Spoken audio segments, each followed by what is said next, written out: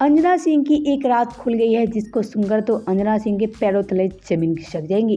जी हाँ, वहीं अंजना सिंह जो कल तक यश मिश्रा पे काफी बड़े बड़े आरोप लगाती नजर आती थी और एक तरफ यश मिश्रा और निधि झा को लेकर और भी बड़े बड़े बात बोलती नजर आ रही थी, लेकिन आज अंजना सिंह की पोल पूरी तरह से खुल चुकी है और ऐसे में अंजना सिंह की पोल खुलती ही अंजना सिंह हो रही है जमकर ट्रोल। तो आइए आपसे एक हम बता देते हैं कि अंजना सिंह की कौन सी पोल खुल गई, जिसको लेकर तो अंजना सिंह काफ़ी ज़्यादा परेशान हो चुकी हैं। तो आपसे एक हम बता दें कि वहीं अंजना सिंह जो कल तक यश मिश्रा पे काफ़ी बड़ा बड़ा आरोप लगाती नजर आती थी। जी हाँ, अंजना सिंह अपने बातों के जरिए बात बताती नजर आती थी कि यश मिश्रा धोखेबाज है और सबको धोखेबाज कहती नजर आती थी अंजना सिंह।